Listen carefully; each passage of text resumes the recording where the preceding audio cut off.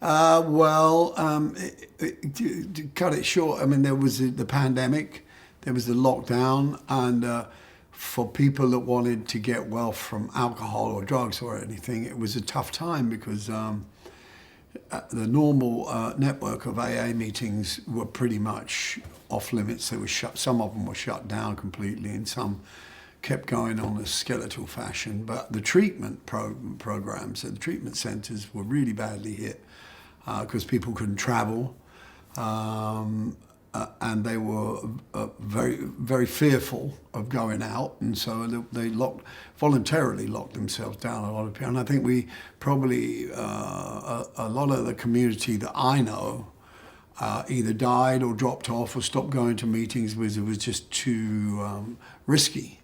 And so Crossroads as an entity started to suffer quite badly. And I think in the middle of the the big lockdown, we closed altogether because Antigua Airport had closed. They were refusing entry to anybody. And I thought, well, that's that. You know, I didn't even. I mean, a lot of us didn't even really know whether the lockdown would ever end.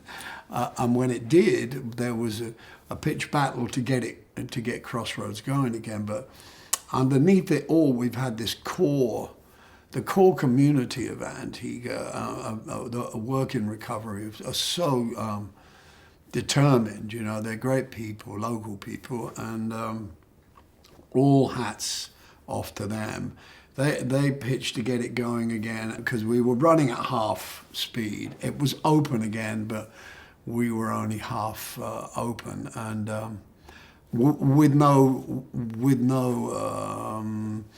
promotion or anything. It was, and people probably started to forget that we were there. So I said, well, why not do another festival? And it was kind of about time, and also coincided with the 25th year of its inception and that kind of thing. And so there was a little bit of excitement about the idea. And I had watched Echoes in the Canyon, which Jacob Dylan made with a pal of his, and there was a section with Steve Stills talking about our old adventures in the 60s, you know, and I had my version, his version, so they tallied up, and I said to Jacob, do you think Stephen would be interested in going out and playing it? And at the same time I said to Carlos, if there was any likelihood of any kind of festival coming up, what would your kind of attitude be? And he said, I'd jump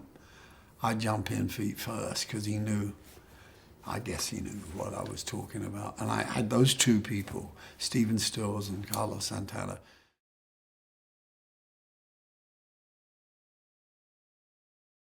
Well, it's so creative, and I can never come up with much of an idea. The only idea I have is that, you know, my mate John Matos, Crash, he does most of the stage artwork and the conceptual stuff, and he's a graph writing from old days, and he makes a guitar. He gets a Fender and he paints it, and it becomes the guitar at a festival.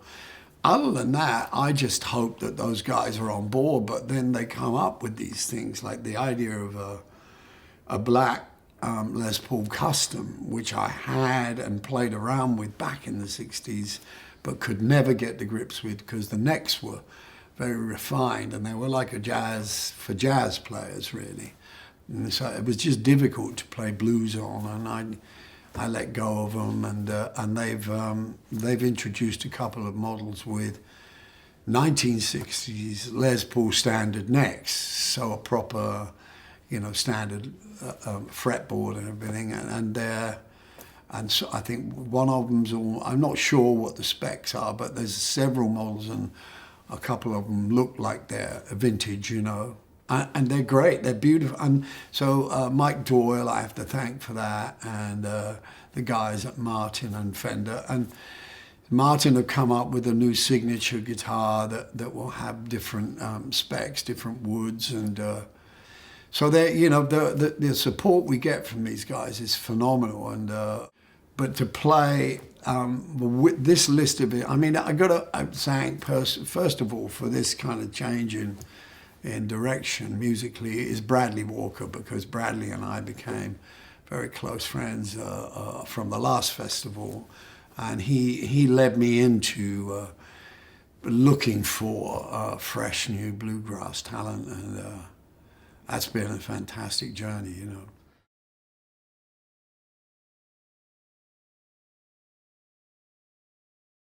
I think the first Dallas one was probably the most remarkable because it was so beset by, you know, we had electrical thunderstorms going through, and they stopped for the weekend, and then they started again just as ZZ Top went on for the final set, and we had to strip it all down before the winds tore the stage to pieces. And I thought, thank you God, this, you know, that this happened, and it did make a big difference. It made a huge difference to the community of Antigua. A lot of people, a good deal of the population there have been through the doors of Crossroads, and it's changed the face of their community. So there's a lot of things that we've succeeded in doing that I had no idea we'd ever get that far. So, but that was the one for me. Yeah, I love them all.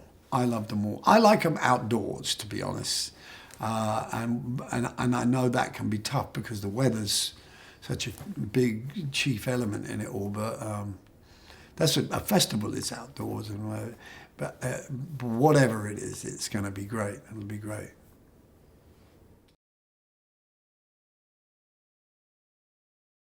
Indirectly, yes. Indirectly, I mean, because it